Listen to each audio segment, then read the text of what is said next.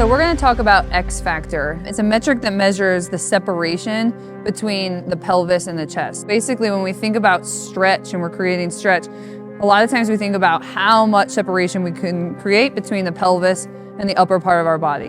When we first started looking at hitting biomechanics, because there were other sports that were a little bit ahead of us, golf, baseball pitching. And in those sports, we sort of know that more is more, right? When we create more stretch, we think about a rubber band effect, and we really pull that rubber band really wide and tight. And then as we snap it, we get a lot of power. We applied that concept a little bit sort of prematurely, thinking that that applied to hitting. And we thought at first, we want to get more stretch, right? So we might have seen a lot of drills where people took things like PVC pipes and we were going here and we were really stretching as much as we can, and we were starting to teach that more is more. This is a drill that a lot of my hitters did a few years ago.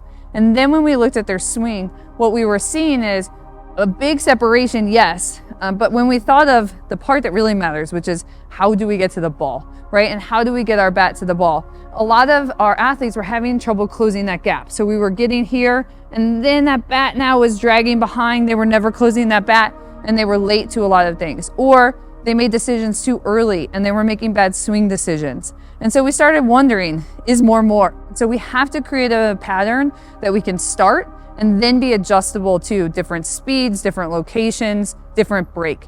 And so when this concept of trying to create as much stretch as possible, it doesn't really apply to hitting. We want to set up our swing so that as we're coming to land in the toe down, that our pelvis is initiating that rotation. And so there will be some separation here, because we know if everything went together, what that's going to do to our bat path, right? Or if we have nothing, we're going to have trouble getting power off.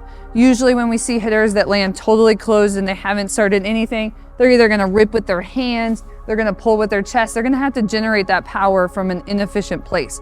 And so yes, for X factor, we want some separation, but the next question we want to ask ourselves is, can the hitters get to a good impact point? Can they get their barrel in a good path? Sort of close that gap, right? So can the pelvis and chest be close to zero at impact, meaning that they were able to close the gap that they created in time to make good contact with the ball?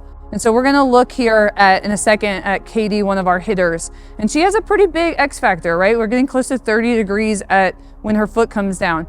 But the most important part that you'll see is that we'll then forward all the way to point of impact and make sure that that contact point is good, that she's adjustable to the ball, and that she closes that gap. And for her, she's really strong, and so she's able to do that. And so we wouldn't make a correction on that, but that's something that you really want to understand about this metric. All right, so we're gonna look at Katie here, and shoulder angle, pelvis angle, X factor. As we talked about, X factor is sort of the separation. Sometimes people might think of this as how we get stretch, right, between those two segments. And so Katie's a good example of what I would call a little bit of an outlier. So Katie's someone who hits the ball extremely hard. This hit in particular is an exit velo of 79, which is pretty elite for someone in high school. And she really gets a lot of X factor. So what we'll see here is, you know, as she's just sort of doing a little bit of a weight transfer, as she shifts forward. So you'll see, I would call this, you know, pretty significant counter rotation of the shoulder at almost 25 degrees here. But she doesn't get any more as she goes forward. So I think that's the first important thing to notice, is that she gets a little, you know, a couple degrees more, but the biggest thing that happens as she starts to shift her center of mass towards the pitcher is that she coils up that pelvis a little bit more. So she's loading that pelvis, and then what we want to see is really X factor, and where we measure X factor is at this heel strike position. So as I'm coming into rotation, how much separation do I have between my shoulder and my pelvis?